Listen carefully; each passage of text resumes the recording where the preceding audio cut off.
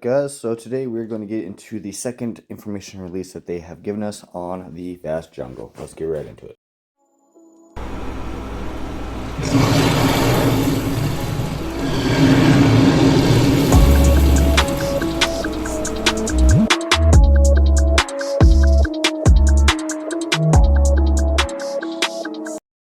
Alright guys, so like I said in the little intro, my name is Agne. We're going to be getting into the second information dump that they have given us on the vast island.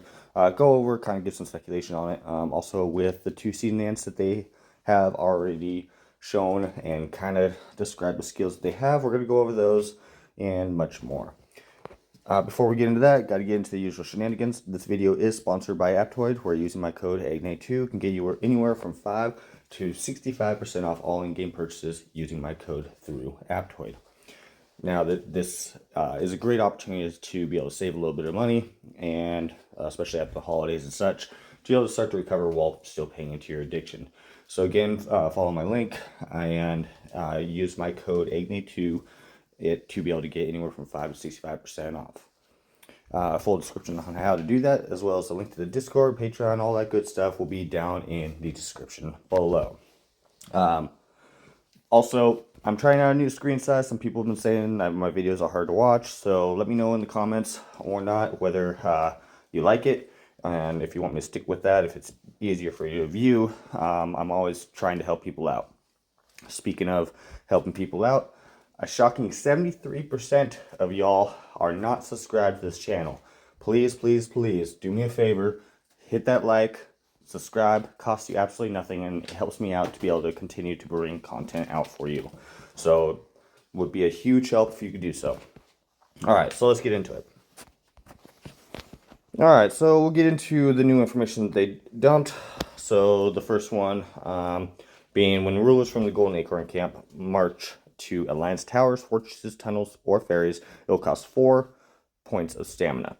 So that means that that's not counting for hitting hills, so that'll still be 5. And that also means for hitting tiles, that's still going to be, 5 or 10, I forget. When rulers from both camps initiate a rally to attack the enemy camp ruler, the attack bonus is obtained from the troop tunnel in Alliance Evolution is capped at 5. Okay, so already you're seeing that it's going to cost less stamina, which if you watched my video before, I'm kind of not liking that point, because you already, like, the Golden Acorn Camp is already starting basically in the end zone. So I don't really watch football or anything, but as like a sports reference, they're at 5 and goal starting out while you're still back at the line of scrimmage. So I'm not really liking that factor at all.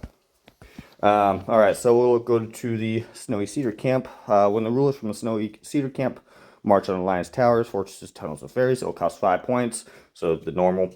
When the rulers from both camps initiate a rally to attack the enemy camp ruler, the attack bonus obtained from the troop tunnel and Alliance Evolution is capped at 5%. Again, I'm not really liking this because, being able to go in, it's not supposed to be about your individual hill strength. It should be about the alliance. So capping out what attributes and bonuses that you're getting from not only your troop tunnel, which you spent the resources to be able to build up to get to 25 in the first place, and then capping your alliance evolution too. I mean, it's not really that big of a difference to begin with, but that just seems to be overkill and kind of silly to me. But maybe I'm wrong. I guess we'll see when people start going into it. Alright, so then the next one. It will be much slower for alliances from the Golden Acorn Camp to build or destroy an alliance tower within all initial places, which is basically not their initial place, so that makes sense. However, alliances from the Golden Acorn Camp can build or destroy an alliance tower at a normal speed in the Land of Clash and Land of Abundance. Alliances from the Golden Acorn Camp can initiate the alliance tower transfer in any area except for the initial place of Snowy Cedar Camp. The Golden Acorn Camp consumes less clay when building an alliance tower in the season zone.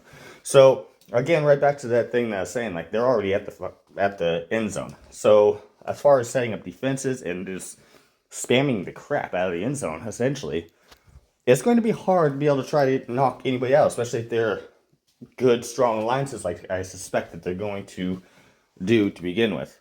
So, but I mean, as far as like the actual timer, that's not really a surprise. I kind of expected them to do that, to where, you know, they build at the 15 minutes per tower in the clash areas and the tree areas. Let me see. No, all initial places. So not in the tree area, it'd still be the 30 minutes. But even still, in the clash area, having that is kind of ridiculous. But all right, so then we'll go to the other side.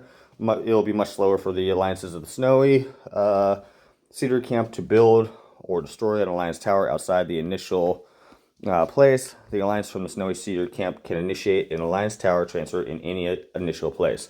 So that's kind of the same thing, really. Not really much of a difference there. It's just like normal on Barrens or Island, where, you know, inside your initial area you can build a hell of a lot faster than trying to go anywhere else.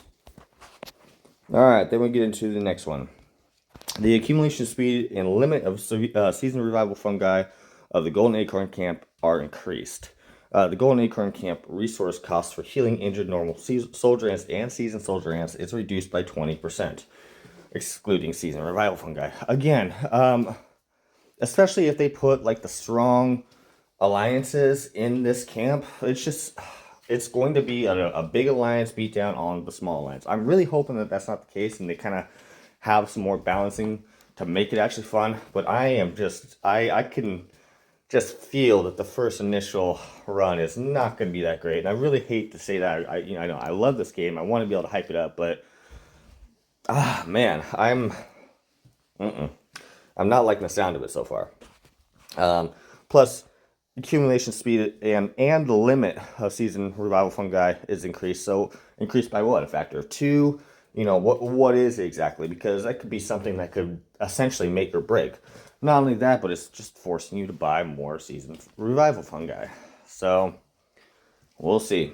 Plus, they're also getting yet another benefit, because not only is the resource cost being lowered, they're already not having to use teleports or diamonds inside their initial area, which is the clash area and the tree area.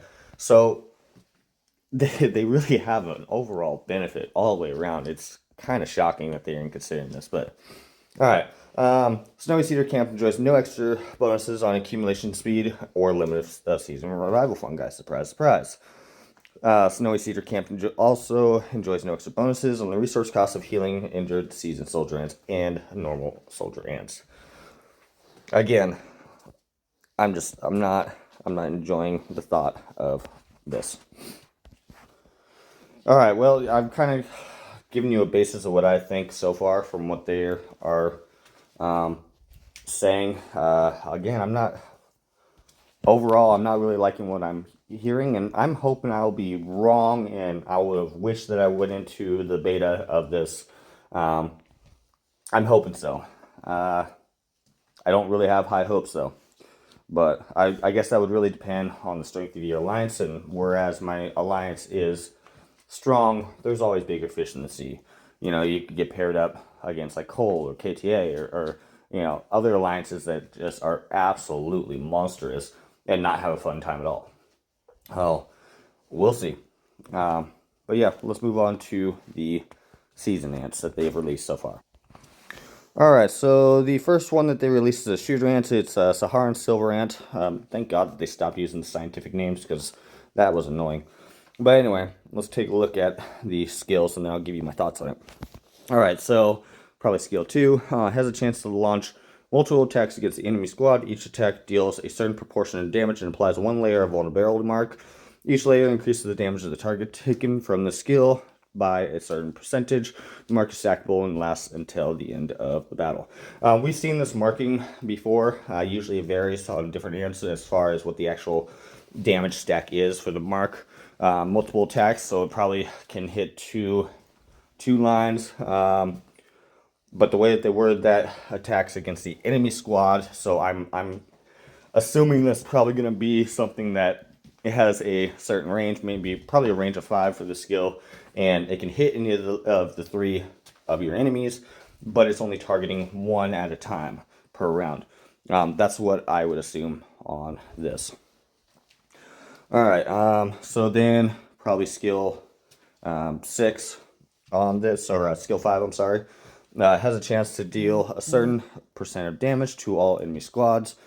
Again, don't know what that is. Again, we'll probably have a range of 5. Probably will have a, I'm assuming probably a 50 to 60% chance, just to make it, halfway decent. And it'll probably be like a right around 300% or something like that.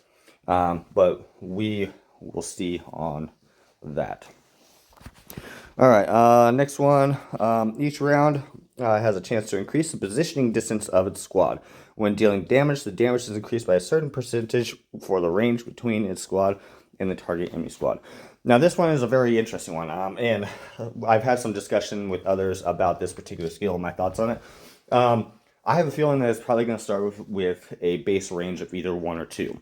Because the max range that you can have in the game is 5, whereas the least that you can have is 1. So to be able to actually increase enough to be able to make this skill outstanding, I'm assuming that they're probably going to have a base range of 1 or 2, and it'll probably be something like a 150% stack or something like that would actually make it to where it would have a pretty good amount of damage. Now, the problem with that is if I'm right, and it does have a base skill of, or base range of 1 or 2, is like, for all shooter lineups, you have to have some kind of buffer. Like a lot of us, we use either Dolly Weaver, Wise Berserker, or we're having Ada Sexton as our buffer with Wise Berserker and, Weaver and Wise Berserker, things like that. So taking away that ability to have that frontline support would instantly turn this into a high-powered PvE ant. Now, on the flip side, if they make it like a range of, say, 3, so it can only have an increase of 2 to make this worth this ant good and a good PvP ant, it would have to have a very high percentage. Like each positioning change is like 300%. So, because that would make you have a max of 600% attack. That's really the only way that I can see it really being a PvP ant. As far as chance, it'll probably have a very, very high chance because the other 2 skills are kind of lackluster. So this will probably have like an 80% chance on it, I would assume. Again, that's all speculation. I don't know for sure, but that's what I think about it. But all right, let's get into the next. All right, and the next one is the Carpenter Ant, which is going to be the carrier support. All right, so the skill 2, in the first 4 rounds, all of our squad's dodge rate and normal attack resistance are increased. There's finally some love for carriers with this. I was reading this and I was actually thinking of like certain lineups they could be doing. This might actually bring carriers back around, I think, especially with paired with like SE and either Golden Crystal or LB. I think that it could be very good. And I've said so many times the dodge is so underrated in this game when it's actually one of the best skills. Plus, that normal attack resistance is kind of a direct counter. If it's high enough, it'll be a direct counter to the Weaver Wise Berserker combo. All right, prepares for 1 round, has a chance to deal a certain percentage of damage. They said that wrong. Up to 2 random enemy squads and has a chance to silence them for 1 round. We've seen other ants to do this, but paired with the dodge, I think that's pretty good, and the normal attack resistance. Definitely going to be a first or second line support. You could even possibly run this one in first round instead of SE, and then run Golden Crystal and LB. Quite a different things that you could possibly do with this.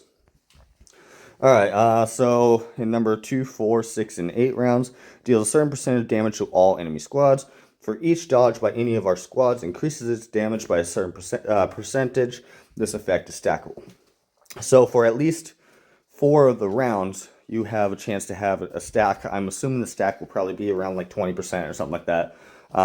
So that also makes it extremely good, which is why I was thinking something paired with like the SE would make this kind of overpowered and put carriers back on the map.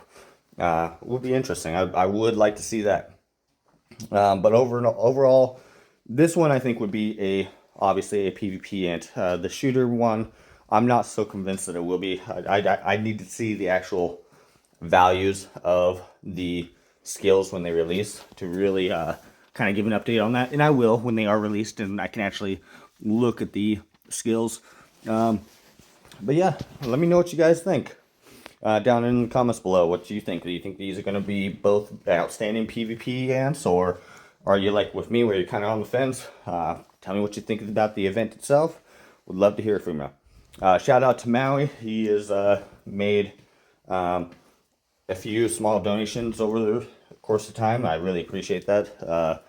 Every little bit helps, and knowing that I'm able to give you guys something that you actually find value is great, and I'm humbled that you guys would be willing to do anything like that. But alright, that's going to be the end of this video. I'll keep you posted with any more updates, and I hope you enjoyed it, and I hope that you found it informative. Eggnays out. We'll see you in the next one.